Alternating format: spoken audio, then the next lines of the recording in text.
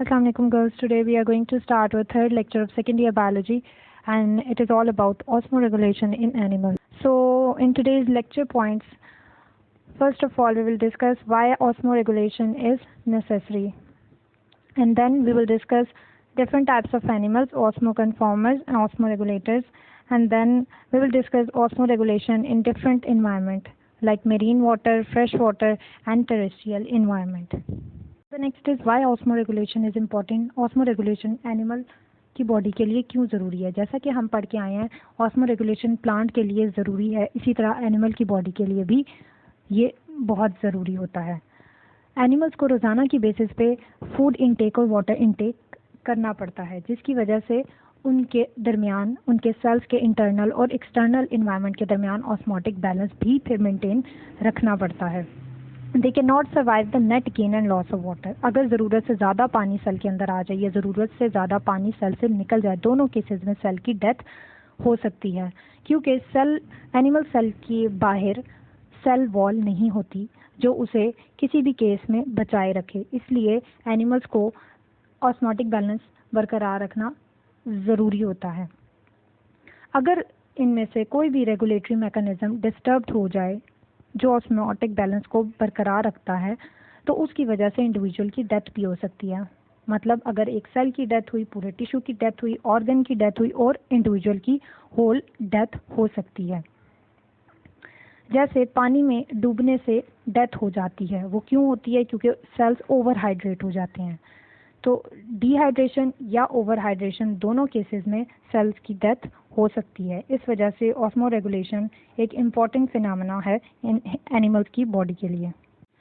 So the next is types of animals. Here we will discuss two types of animals, osmoconformers and osmoregulators. So what are osmoconformers? Basically osmoconformers वो तमाम marine organism या हम कह सकते हैं marine invertebrates हैं जिनके अंदर इंटरनल इन्वायरमेंट आइसोटोनिक होता है एक्सटर्नल इन्वायरमेंट के। जैसा कि हम पढ़ के आए हैं, आइसोटोनिक का मतलब ये होता है कि जब सेल के अंदर का ऑस्मोटिक इन्वायरमेंट बाहर के ऑस्मोटिक इन्वायरमेंट से सिमिलर हो तो ऐसी कंडीशन को आइसोटोनिसिटी कहते हैं। इन एनिमल्स को एक्टिवली रेगुलेशन नहीं करनी पड़ती, जिसकी वजह से इनकी ज़्यादातर एनर्जी इस पर कंज्यूम नहीं होती। एग्जाम्पल हमारे पास है तमाम इनवर्टिब्रेट्स की, और उसमें स्टारफिश भी आती है। So the next is osmoregulator. Osmoregulators वो तमाम ऑर्गेनिज्म हैं जिनका इंटरनल ऑस्मोटिक स्टेट बाहर की एक्सटर्नल ऑस्मोटिक स्टेट से बहुत ज़्यादा डिफरेंट होती है, और इसी वजह से उन्होंने अपनी इंटरनल ऑस्मोटिक स्टेट को बाहर के ऑस्मोटिक स्टेट से बैलेंस में रखने के लिए कंट्रोल सिस्टम्स यूज़ करने होते हैं, और वो एक्टिवली वाटर को और सॉल्यूट के बैलेंस को रेगुलेट कर रहे होते हैं। चाहे वो मेरीन इन्वायरमेंट में हो, चाहे वो फ्रेश वाटर इन्वायरमेंट में हो, चाहे वो टेरेस्ट्रियल इन्वायरमेंट में हो, तमाम इन्वायरमेंट में उन्होंने ऐसे रेगुलेटरी मैकेनिज्म रखे हुए हैं जिसकी वजह से वो अपने अंदर ऑस्मोटिक बैलेंस को रेगुलेट कर सकें।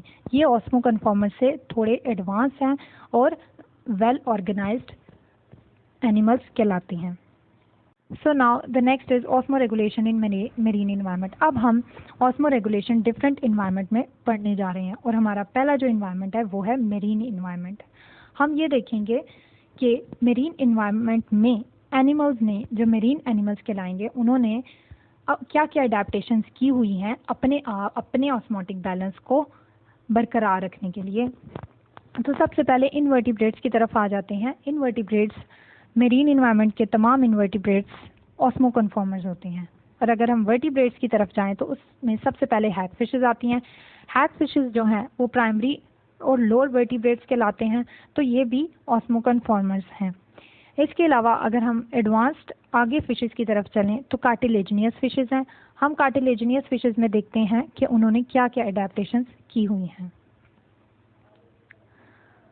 First one is they have gills and kidneys to excrete excess salt actively in external salty environment against concentration gradient to maintain their low osmotic state. तो जैसा कि आप लोगों को मालूम है कि मेरीन इन्वायरमेंट एक हाइपरटोनिक इन्वायरमेंट है, और उसके बरक्स जो एनिमल की बॉडी का इन्वायरमेंट होगा वो हाइपोटोनिक होगा। तो अगर सॉल्ट को एक्सेसिव अमाउंट में एक्सटर्नल एनवायरनमेंट में निकालना है तो ये मिकदार जो बाहर निकाली जा रही है सॉल्ट की वो अगेंस्ट द कंसंट्रेशन ग्रेडियंट कहलाएगी। इसके लिए कौन से ऑर्गन्स हेल्प कर रहे हैं एनिमल्स को? Gills and kidneys. ये दो ऑर्गन्स हैं जो इन फिशेस में डेवलप्ड हैं और ये काम क्या करते हैं? ये इनकी लो ऑस्मोटिक स्टेट को बरकरार रखते हैं। किस तरह?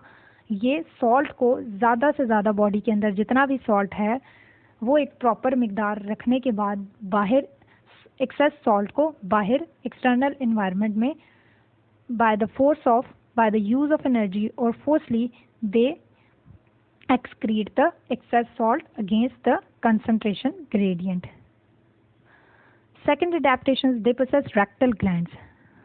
ये वो glands हैं जो इनकी बॉडीज में मौजूद होते हैं और इन्होंने सॉल्ट को एक्सक्रीट करना होता है। तो जिस तरह गिल्स एंड किडनीज हैं इसी तरह इनकी बॉडी में रेक्टल ग्लैंड भी मौजूद होते हैं जो सॉल्ट को एक्सक्रीट करते हैं। Thirdly, some fishes by converting their hypotonic state into hypertonic state by retaining adequate urea and protect themselves by possessing trimethylamine oxide. कुछ फिशेस अपने हाइपोटोनिक स्टेट को हाइपरटोनिक बना लेती हैं। मतलब होता उनकी जो बॉडी है वो हाइपोटोनिक होती है लेकिन वो उसको हाइपरटोनिक कैसे बनाएंगे? जो यूरिया मौजूद होता है, यूरिया क्या है? यूरिया वो नाइट्रोजनस वेस्ट प्रोडक्ट है जो प्रोटीन की डिग्रेडेशन के बाद इनकी बॉडी में बनता है और ये यूरिया एडिक्वेट का मतलब होता है बहुत ज़्यादा अमाउंट में इनकी बॉडी में रिटेन हो जाता है। मतलब ये उसको अपनी बॉडी में रिटेन रखती हैं ताकि उनकी हाइपोटोनिक स्टेट हाइपरटोनिक में कन्वर्ट हो जाए। लेकिन इससे इनकी बॉडी को ख़तरा ये होता है कि यूरिया ज़्यादा अमाउंट में, जो नाइट्रोजनस वेस्ट ज़्यादा अमाउंट में अगर बॉडी में हो जाए तो वो टॉक्सिसिटी कॉज करते हैं। तो उसकी टॉक्सिसिटी को रिमूव करने के लिए इन्होंने ट्राइमेथाइलामीन ऑक्साइड का सहारा लिया होता है। तो इस तरह कार्टिलेजिनियस फिशेस मरीन एनवायरनमेंट में अपने आप को अडेप्ट करती हैं और ऑस्मोटिक बैलेंस को मेंटेन रखती हैं। अब हम देखेंगे मरीन एनवायरनमेंट में बोनी फिशेस की क्या क्या अडेप्टेशंस हैं। The first one is they drink water. मतलब क्या है? क्योंकि वो ऐसे एनवायरनमेंट में फिशेस रह रही हैं जहाँ पर सॉल्ट ज़्यादा है तो ऐसे इन्वायरमेंट में उनकी बॉडी से पैसिव लॉस ऑफ वाटर हो जाता है। तो इस लॉस ऑफ वाटर को कंपनसेट करने के लिए वो they drink water. Second one is they produce concentrated urine.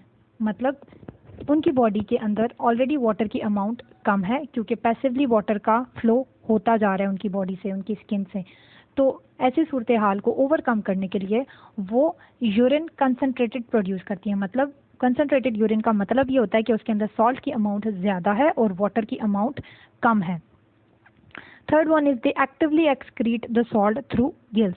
अब बाहर के इन्वायरमेंट में चूंकि वो सॉल्टी इन्वायरमेंट है तो इसलिए सॉल्ट को बाहर निकालने के लिए एक्टिव मैकेनिज्म यूज़ करना पड़ेगा। मतलब एटीपी से यूज़ ऑफ एटीपी फोर्सली सॉल्ट को बाहर निकालना पड़ेगा। यहाँ पर एक डायग्राम है जो आपको नज़र आ रही होगी, ये इसी डिस्क्रिप्शन की डिपिक्शन है जिसमें आप लोग देख सकते हैं कि gain of water and salt ions from food. जो वो फूड लेंगी तो उनसे उन्हें वाटर भी मिलेगा और सॉल्ट भी ऑब्वियसली मिलेगा। तो उनके वो एक्सक्रीशन कैसे करेंगे? सॉल्ट आयन की एक्सक्रीशन कहाँ से होगी? गिल्स के थ्रू होगी। कैसे होगी? एक्टिव मूवमेंट से होगी। और जो उनकी यूरिन की प्रोडक्शन है वो स्मॉल अमाउंट में होगी, कंसनट्रेटेड होगी, वाटर उसमें कम होगा और सॉल्ट उसके अंदर ज़्यादा होंगे। अब हम पढ़ने जा रहे हैं osmo regulation in fresh water. जैसा कि हम पिछली स्लाइड्स में पढ़ कर आए हैं कि मरीन इन्वायरमेंट में हाइपरटोनिक कंडीशंस प्रिवेल करती हैं, सेम इसी तरह फ्रेश वाटर इन्वायरमेंट में हाइपोटोनिक कंडीशन प्रिवेल करती हैं। यहाँ पर सॉल्ट की अमाउंट कम होती है और वाटर की अमाउंट ज़्यादा होती है। तो हम ये देखेंगे इनवर्टिब्रेट्स और वर्टिब्रेट्स ने क्या ऐसी अडेप्टेशंस की हुई हैं अपनी बॉडी के अंदर कि वो ऑस्मोटिक बैलेंस को बरकरार रख सके। सबसे पहले हम इनवर्टिब्रेट्स पर आते हैं। इनवर्टिब्रेट्स में अगर हम पैरामीशियम, अमीबा, इन प्रोटोजोन्स की बॉडी को देखें तो इनके अंदर हमें एक वैक्यूल नज़र आता है। जैसा कि आपको डायग्राम में नज़र आ रहा होगा, अमीबा और पैरामीशियम की बॉडी के अंदर ये वैक्यूल कॉन्ट्रैक्टाइल वैक्यूल कहलाता है। कॉन्ट्रैक्टाइल वैक्यूल का नाम इसीलिए कॉन्ट्रैक्टाइल वैक्यूल दिया गया है क्योंकि ये कॉन्ट्रैक्शन करता है और कॉन्ट्रैक्शन करके अपने अंदर स्टोर एक्सेस वाटर को बॉडी से बाहर निकालता है और इस तरह इनकी बॉडी ओवरफ्लडिंग से बच जाती है। फिर हम वर्टिब्रेट्स की तरफ आते हैं। वर्टिब्रेट्स में अगर हम देखें फिशेस को, तो फिशेस ने क्या एडेप्टेशंस की हुई हैं। दे डू नॉट ड्रिंक वाटर। जैसा कि आपको मालूम है कि इनके अंदर पैसिव इनटेक हो रहा होता है वाटर का फ्रॉम द एक्सटर्नल इन्वायरमेंट, तो इस वजह से इन्हें वाटर की कमी नहीं होती, so they do not drink water. लेकिन इन्होंने सॉल्ट की कंपनसेशन करने के लिए सॉल्ट को एक्टिवली अपटेक करना होता है और ये किस तरह मुमकिन है, उनके गिल से और स्किन से। The third one is they produce diluted urine. इनके अंदर पानी की मिकदार ज़्यादा होने की वजह से ये लार्ज अमाउंट में यूरिन प्रोड्यूस करती हैं, जिसके अंदर वाटर की अमाउंट सॉल्ट की निस्बत बहुत ज़्यादा होती है।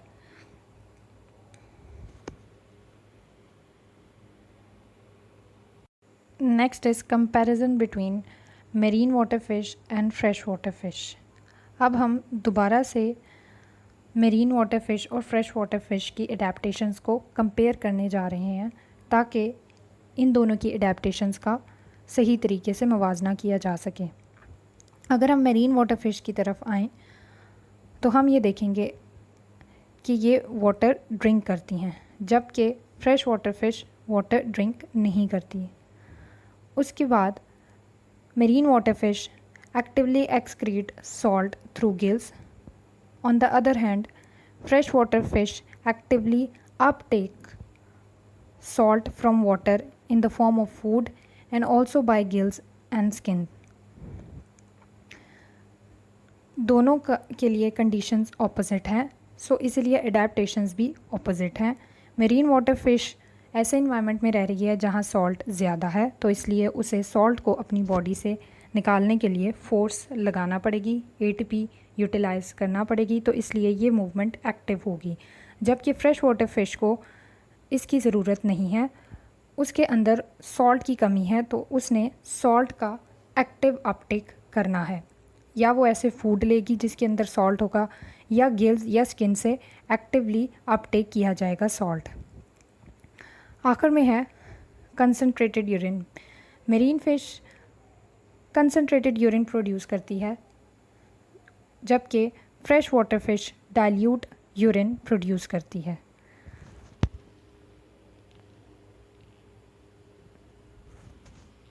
Next is osmoregulation in terrestrial environment. जैसा कि आप पहले पढ़ के आए हैं, एक्वेटिक इन्वायरमेंट में वाटर की अवेलेबिलिटी ज़्यादा होती है, लेकिन यहाँ पर टेरेस्ट्रियल इन्वायरमेंट में वाटर की शॉर्टेज ज़्यादा होती है। तो दोनों सूरत हाल में एक इन्वर्स सिचुएशन पाई जाती है। टेरेस्ट्रियल इन्वायरमेंट में अपने ऑस्मोटिक बैलेंस को बरकरार रखने के लिए और वाटर की कंपनसेशन करने के लिए एनिमल्स ने एडेप्टेशंस की होती हैं। अब ये एडेप्टेशन स्ट्रक्चरल भी हो सकती है, मतलब उनके खदोकाल में उनकी स्ट्रक्चरल एडेप्टेशन है, उनके स्केलेटन में एडेप्टेशन हो सकती है, फिजियोलॉजिकल एडेप्टेशन भी हो सकती है, मेटाबॉलिक लेवल पर हो सकती हैं, ऐसे केमिकल रिएक्शंस वो इस्तेमाल कर सकते हैं। इसके अलावा बिहेवियरल एडेप्टेशन भी है, जिससे वो अपने आप को नए इन्वायरमेंट में एडजस्ट कर सकें। सबसे पहले हम आ जाते हैं इन्वर्टिब्रेट्स में, और यहाँ पर आपकी बुक में एग्जांपल दी हुई है आर्थ्रोपोड्स की। वो आर्थ्रोपोड्स आपने जैसा कि फर्स्ट ईयर में पढ़ के आए हैं, वो तमाम जिनकी बॉडी जॉइंटेड होती है, जिनकी लेग्स जॉइंटेड होती हैं, वो आर्थ्रोपोड्स कहलाते हैं। और इनकी अगर आपको डायग्राम में नज़र आ रहा हो, इनकी बॉडी के ऊपर एक एक्सोस्केलेटन मौजूद होता है। ये एक्सोस्केलेटन आपको नज़र आ रहा है, ये चमक रहा होता है। इसके चमकने से मुराद ये है, इसके ऊपर एक वैक्सी क्यूटिकल मौजूद होती है। ये वैक्सी क्यूटिकल दरअसल इनके अंदर से वाटर के एक्सेसिव लॉस को बचाती है, और इस तरह ये ऐसे इन्वायरमेंट में भी सर्वाइव कर जाते हैं जहाँ पर वाटर की अवेलेबिलिटी नहीं होती। अब हम वर्टिब्रेट की अडेप्टेशंस की तरफ आ जाते हैं, जिसमें स्ट्रक्चरल, फिजियोलॉजिकल और बिहेवियरल अडेप्टेशंस को मैंने डिवाइड किया हुआ है ताकि आपको समझने में आसानी हो। स्ट्रक्चरल अडेप्टेशन में हम स्ट्रक्चर की बात करते हैं। इन ऑर्गेनिज्म की स्किन के ऊपर ऐसी डेड लेयर मौजूद होती है जो केराटिन प्रोटीन की बनी है। ये सेल्स डेड होते हैं, मल्टी लेयर हैं। जैसा कि नेल्स और हेयर्स में केराटिन प्रोटीन मौजूद होती है, इसी तरह स्किन के सेल्स की जो ऊपर की लेयर है उनको केराटिनाइज्ड स्किन लेयर कहा जाता है। ये बेसिकली चूँकि डेड होती है इसलिए स्लफ्ट ऑफ होती जाती है और इसकी जगह नए सेल्स आते जाते हैं। ये वाटर के लॉस को बचाती है, मतलब ये स्किन को वाटर प्रूफ बना देती है।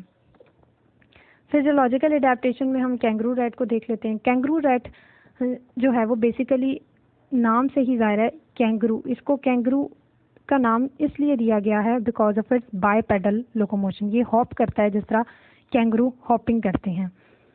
अगर हम इसकी फिजियोलॉजिकल एडेप्टेशन की तरफ आएँ तो इसके अंदर ऐसा मेटाबॉलिक रिएक्शंस होते हैं जो ये वो फूड खाता है जिसकी वजह से मेटाबॉलिज्म के थ्रू वाटर जनरेट खुद ब खुद हो जाता है।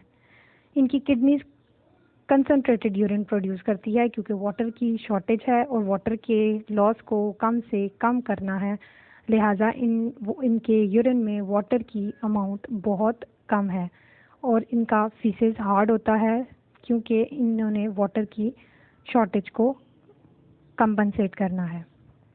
बिहेवियरल एडेप्टेशन में आ जाता है, ये नॉकटर्नल होते हैं, रात के वक्त निकलते हैं, वाटर नहीं ड्रिंक करते क्योंकि इन्हें ज़रूरत ही नहीं है, क्योंकि वो ऐसे फूड पर रिलाई करते हैं जो इनको खुद ब खुद वाटर आफ्टर मेटाबॉलिक रिएक्शंस मिल जाता है। दे कैन टॉलरेट डिहाइड्रेशन, वो ऐसे इन्वायरमेंट में रह रहे हैं। ये ज़्यादातर आपको कैंगरू रैट नॉर्दर्न अमेरिका में डेथ वैली में नज़र आएंगे, सैंडी ड्यून्स में नज़र आएंगे और यहाँ पर डिहाइड्रेशन बहुत ज़्यादा होती है, लेकिन इनकी बॉडी ने ऐसी अडेप्टेशन की हुई है कि ये अपने आप को डिहाइड्रेशन से बचा लेते हैं।